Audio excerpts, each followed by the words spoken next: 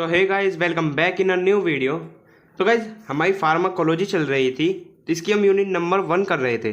ठीक है, तो यूनिट नंबर 1 में भी हमने यहाँ तक एंटी एंजाइनल ड्रग्स तक कवर करा दिया था ऑलरेडी प्रीवियस लेक्चर तक।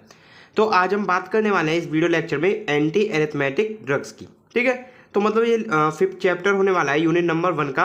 एंड कल हम जो लास्ट लेक्चर होगा उसमें देख लेंगे एंटी हाइपरलिपिडेमिक ड्रग्स। तो इस ऐसे करके हम इस पूरी यूनिट को कवर कर देंगे। ठीक है, अब ये जो ऊपर के 4 चैप्टर हैं, अगर आपने नहीं देखे हैं तो एक बार से जरूर से देख लेना। मैं प्लेलिस्ट की लिंक डिस्क्रिप्शन में डाल दूंगा। ठीक है, तो सिंपली आज हम बात करने वाले हैं आखिर ये एंटी एरिथमेटिक ड्रग्स है क्या, इनका मोड ऑफ एक्शन, इनका क्लासिफिकेशन, मतलब सब कुछ देखने वाले हैं।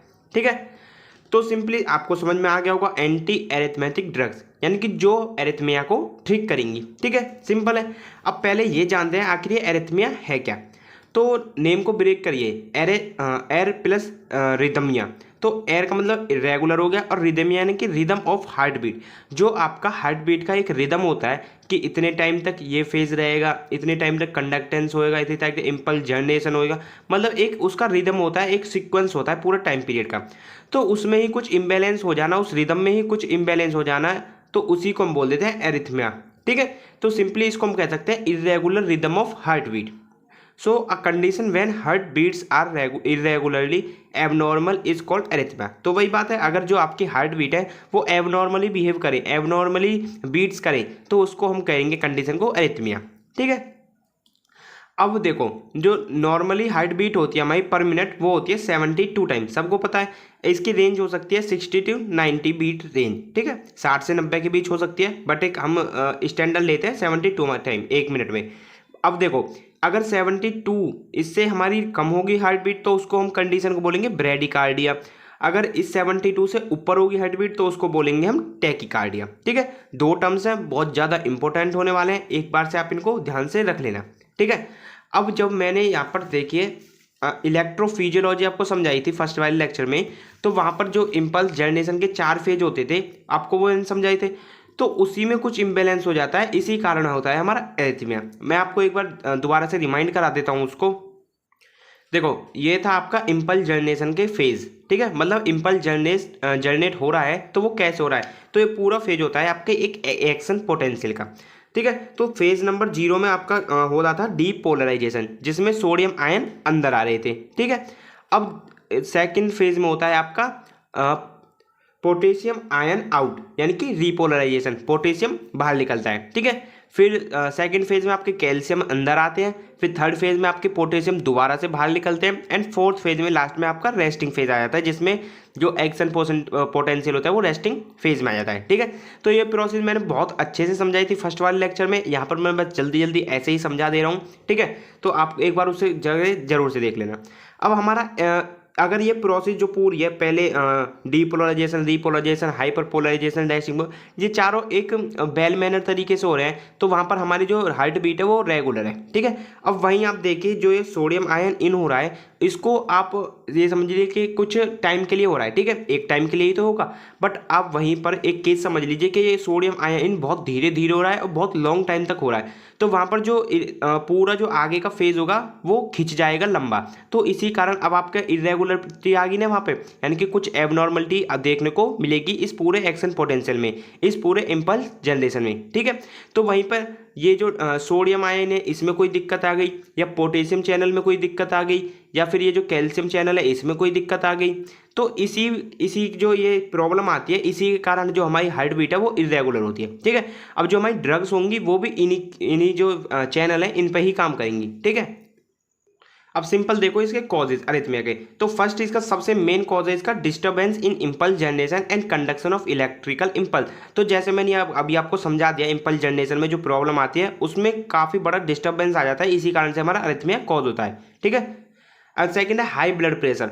तो जब बीपी हाई होगा तो कॉन्ट्रैक्टिलिटी होगी वहाँ पर, तो उसकी वजह से भी हमारा अरिथमिया कॉज होता है। फिर है coronary artery disease, and last में इस्केमिया यानी कि रिड्यूस्ड ब्लड फ्लो। ठीक है, ये मेन कॉजेज हैं, सबसे मेन कॉज है ये फर्स्ट वाला ही। ओके, इसके बात करते हैं अब सिम्टम्स के बारे में। तो फर्स्ट सबसे नंबर 1 है फैटिग्यू, वीकनेस एंड थकावटी, चेस्ट डिस्कम्फर्ट यानी कि चेस्ट पेन होगा, शॉर्टनेस ऑफ ब्रीथ, सांस लेने में दिक्कत, स्वेटिंग पसीना आना, डिजीनेस ड्राई से फील करना, एंड हार्ट पैल्पिटेशन, यानी कि भाई हार्ट का ज़्यादा धड़कना, ठीक है। तो अब बात करते हैं अपने सबसे मेन टॉपिक जो कि classification of anti arithmetic drugs क्या है, ठीक है। तो बहुत ही सिंपल तरीके से यहाँ पर क्लासिफिकेशन कर रखा है मैंने। तो सिंपली 4 क्लासेस में हमने इसको डिवाइड करा है, class 1, class 2, class 2, class 3, class 4, ठीक है। तो जो सबसे नंबर 1 क्लास है उसमें होते हैं हमारे सोडियम चैनल ब्लॉकर, जो मैंने अभी आपको पीछे सोडियम चैनल दिखाया था इलेक्ट्रोफिजियोलॉजी वाले टॉपिक में जो था, उसको ये ब्लॉक करेंगे सोडियम चैनल को, ठीक है। अब इसमें भी सब डिवाइडेड है, 3 क्लास होते हैं, class 1A, class 1B, class 1C। आगे हम बात करेंगे तीनों के बारे में। सेकंड क्लास होते हैं हमारे बीटा ब्लॉकर, यानी कि जो बीटा रिसेप्टर को ब्लॉक करेंगे, ठीक है। फिर आते हैं क्लास 3 जो कि पोटेशियम चैनल ब्लॉकर, जो पोटेशियम चैनल को ब्लॉक करेंगे। एंड लास्ट क्लास आती है क्लास 4 कैल्शियम चैनल ब्लॉकर, ठीक है। तो जैसे जैसे मैंने आपको पीछे बताया था कि ये चैनल को ब्लॉक करेंगे ड्रग्स, तो सिंपली वही ड्रग्स है यहाँ पर, ओके। अब एक एक करके सबकी बात कर लेते हैं।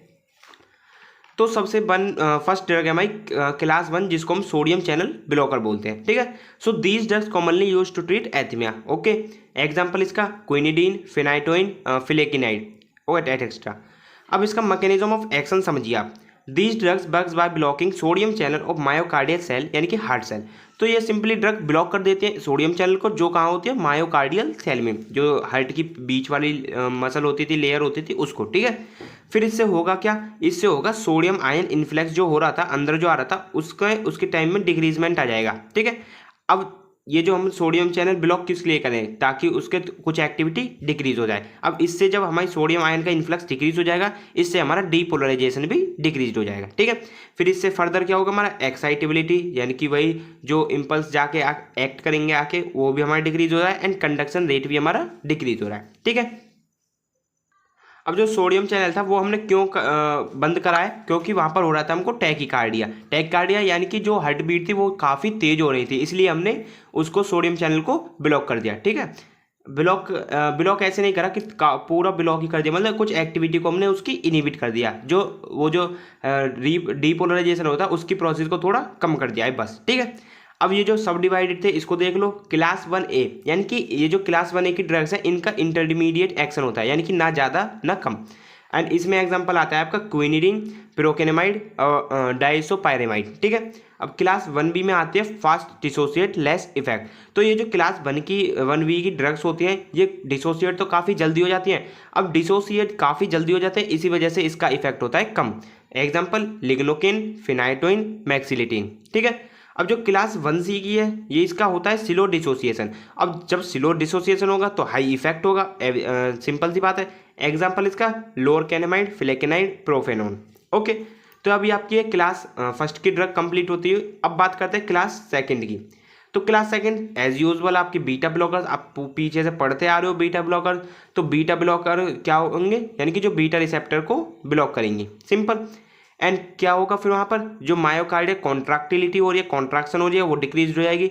ऑटोमेटिसिटी डिक्रीज हो जाएगी, ऑटोमेटिसिटी यानी कि वही जो इम्पल्स जनरेशन हो रहा है उसमें भी काफ़ी डिक्रीजमेंट आएगा। एंड लास्टली हमारा कंडक्शन रेट भी डिक्रीज हो जाएगा, ठीक है। एग्जाम्पल इसका प्रोपेनोल, मेटोप्रोलोल, एटेनोल।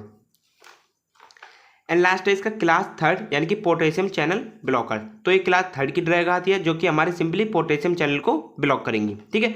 अब पोटेशियम चैनल पर क्या हो रहा था, हमारा पोटेशियम चैनल पर हमारा हो रहा था रीपोलराइजेशन, ठीक है। मतलब सोडियम बाहर जा रहा था, जब भी तो हमारा रीपोलराइजेशन हो रहा। तो इसी चीज़ को हमको यहाँ पर रोकना है। So it prolong the duration of action potential and prolong the refractive period.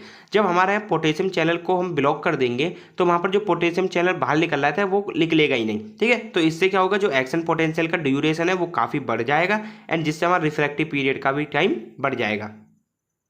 फिर इससे फर्दर क्या होगा, so it leads to decreasement in heart rate. तो इससे फाइनल क्या होगा, जो हमारा हार्ट रेट है उसमें भी काफ़ी गिरावट आ जाएगी, ठीक है। एग्जाम्पल इसका एमिडारोन, डोफेटाइड, सेटोलोल, ओके।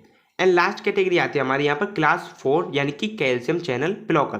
तो सिंपली वो ड्रग होंगी जो कैल्शियम चैनल को ब्लॉक करेंगी। सबको पता है कि कैल्शियम चैनल हमारा कॉन्ट्रैक्टिलिटी के लिए रेस्पॉन्सिबल होता है। जब हमारा कैल्शियम चैनल ही ब्लॉक हो गया तो वहाँ पर कैल्शियम आयन ही नहीं आएगा, तो वहाँ पर हमारी जो कॉन्ट्रैक्टिलिटी हो रही है वो डिक्रीज हो जाएगी। इसके कारण हमारी ऑटोमेटिसिटी और कंडक्शन भी डिक्रीज हो जाएगा, ठीक है। एग्जाम्पल इसका वेरापामिल, डिल्टियाजाम। तो सिंपल हो गया हमारा एक कवर टॉपिक यहाँ पर ये एंटी एरिथमेटिक ड्रग्स का। एंड लास्ट लेक्चर जो कल आएगा इसका, उसमें हम कर लेंगे बात एंटी हाइपरलिपिडेमिक ड्रग्स की। ठीक है, सो फाइनली हमारी यूनिट नंबर 1 खत्म हो जाएगी ऐसे कल, यानी कि कल फाइनली खत्म हो जाएगी एंड इसके नोट्स मैं ग्रुप में शेयर कर दूंगा। ओके, तो अभी तक आपने चैनल को सब्सक्राइब नहीं किया तो एक बार से चैनल को सब्सक्राइब जरूर कर लें एंड हमारे व्हाट्सअप और टेलीग्राम ग्रुप जिसमें भी आपको ज्वाइन होना है हो जाए। ठीक है, तो मिलते हैं नेक्स्ट वीडियो लेक्चर में, तब तक के लिए टेक केयर, बाय बाय।